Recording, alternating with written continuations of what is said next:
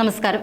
അനധികൃതമായി പെൻഷൻ വാങ്ങിയ സർക്കാർ ഉദ്യോഗസ്ഥരുടെ കാര്യത്തിൽ കർശന നടപടി സ്വീകരിക്കുമെന്ന് മുഖ്യമന്ത്രി പിണറായി വിജയൻ. സർക്കാർ ജീവനക്കാരും പെൻഷൻകാരും അനർഹമായി ക്ഷേമ പെൻഷൻ വാങ്ങുന്നത് വ്യക്തമായ പശ്ചാത്തലത്തിൽ ചേർന്ന പ്രത്യേക യോഗത്തിലാണ് തീരുമാനം കൈക്കൊണ്ടത്. തട്ടിപ്പ് കാണിച്ചവർക്കെതിരെ വകുപ്പ് തലത്തിൽ അച്ചടക്ക നടപടിയെടുക്കുമെന്നും കൈപ്പറ്റിയ തുക പലിശ സഹിതം തിരിച്ചടപ്പിക്കുമെന്നും മന്ത്രി പറഞ്ഞു. അനർഹർക്ക് കയറിക്കൂടാൻ സാഹചര്യമൊരുക്കിയ ഉദ്യോഗസ്ഥർക്കെതിരെയും നടപടിയുണ്ടാകും. അനർഹമായി പെൻഷൻ വാങ്ങുന്ന ജീവനക്കാരല്ലാത്തവർക്കെതിരെയും നടപടിയുണ്ടാകും. മരണപ്പെട്ടവരെ അതത് സമയത്ത് കൺകറിംഗ് മസ്റ്ററിംഗ് നടത്തി ലിസ്റ്റിൽ നിന്ന് ഒഴിവാക്കും. വാർഷിക മസ്റ്ററിംഗ് നിർബന്ധമായും നടത്തും. ഇതിന് ഫേസ് ഔതന്റിഫിക്കേഷൻ സംവിധാനവും ഏർപ്പെടുത്തും.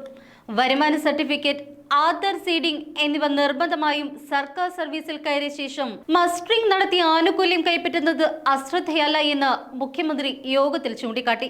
തദ്ദേശ സ്വയംഭരണ സ്ഥാപന അടിസ്ഥാനത്തിൽ ക്ഷേമ പെൻഷൻകാരുടെ അർഹത വിലയിരുത്താനും ധനവകുപ്പ് പരിശോധന തുടരാനും മുഖ്യമന്ത്രി നിർദ്ദേശിച്ചു.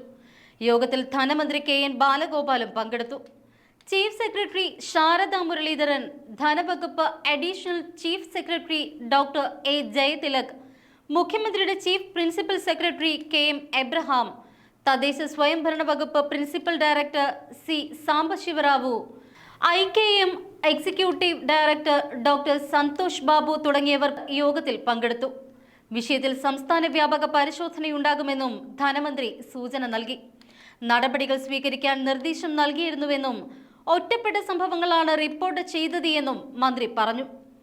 പരിശോധന നടത്തിയ ശേഷം വേണമെങ്കിൽ ക്രിമിനൽ കേസ് എടുക്കും.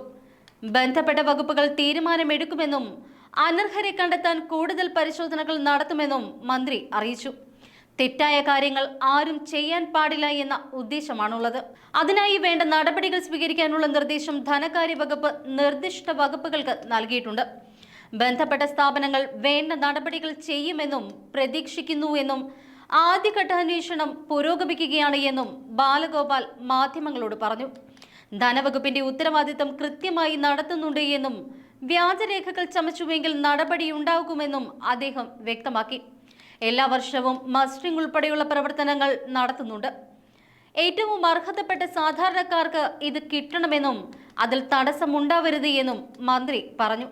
സംസ്ഥാനത്തെ ആയിരക്കണക്കിന് ആളുകൾക്ക് ആശ്വാസം ലഭിക്കുന്ന പദ്ധതിയാണ് ക്ഷേമ പെൻഷൻ. ജീവിതം വഴിമുട്ടിയവർക്ക് മാസം 1600 രൂപ കിട്ടുന്ന സംസ്ഥാന സർക്കാരിന്റെ അഭിമാന പദ്ധതിയിൽ നിന്ന് 10,000 ശമ്പളം വാങ്ങുന്ന സർക്കാർ ജീവനക്കാർ കൈയിട്ട് വരുന്നു. ഈ വാർത്ത കഴിഞ്ഞ ദിവസങ്ങളിലാണ് പുറത്തു വന്നത്. ഗസറ്റഡ് ഉദ്യോഗസ്ഥർ മുതൽ കോളേജ് അധ്യാപകർ വരെയുള്ള 1458 പേരാണ് അനധികൃതമായി മാസം തോറും 1600 രൂപ കൈപ്പറ്റിക്കൊണ്ടിരിക്കുന്നത്. ധനവകുപ്പിന്റെ നിർദ്ദേശത്തിൽ ഇൻഫർമേഷൻ കേരള മിഷൻ നടത്തിയ പ്രത്യേക അന്വേഷണത്തിലാണ് ഈ തട്ടിപ്പ് കണ്ടെത്തിയത്. വൻ ക്രമക്കേട് കണ്ടെത്തിയ മലപ്പുറം ജില്ലയിലെ കോട്ടയ്ക്കൽ നഗരസഭയിൽ തട്ടിപ്പിന് കൂട്ടുനിന്ന ഉദ്യോഗസ്ഥർക്കെതിരെ വിജിലൻസ് അന്വേഷണത്തിന് ധനമന്ത്രി KN ബാലഗോപാൽ നിർദ്ദേശം നൽകി.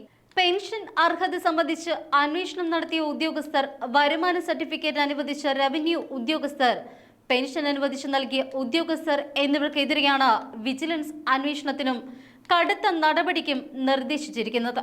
ഈ കേസുമായി ബന്ധപ്പെട്ട് സ്വീകരിക്കുന്ന തുടർ നടപടികൾ അടിയന്തരമായി തന്നെ റിപ്പോർട്ട് ചെയ്യാനും ധനവകുപ്പ് നിർദ്ദേശിച്ചിട്ടുണ്ട്.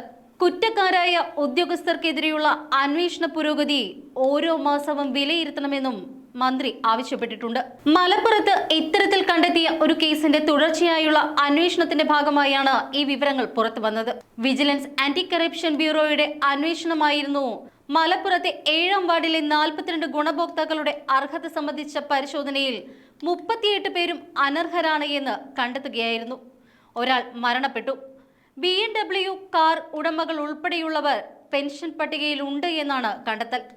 ചില ക്ഷേമ പെൻഷൻകാരുടെ വീടുകളിൽ എയർ കണ്ടീഷൻ ഉൾപ്പെടെയുള്ള സൗകര്യങ്ങളും ഉണ്ട് എന്നാണ് സൂചന. ഭാര്യയോ ഭർത്താവിനോ സർവീസ് പെൻഷൻ പറ്റുന്നവരും ക്ഷേമ പെൻഷൻ വാങ്ങുന്നുണ്ട്. മിക്കവരുടെയും വീട് 20,000 ചതുരശ്ര അടിയിലധികം വലിപ്പമുള്ളതാണ് എന്നും കണ്ടെത്തിയിട്ടുണ്ട്. ഒരു വാർഡിൽ ഇത്തരത്തിൽ കൂട്ടത്തോടെ അനർഹർ പെൻഷൻ പട്ടികയിൽ ഉൾപ്പെട്ടതിന് പിന്നിൽ അഴിമതിയും ഗൂഢാലോചനയും ഉണ്ടായിട്ടുണ്ടാകാമെന്നാണ് ധനവകുപ്പ് പരിശോധനാ വിഭാഗം റിപ്പോർട്ട് ചെയ്തത്.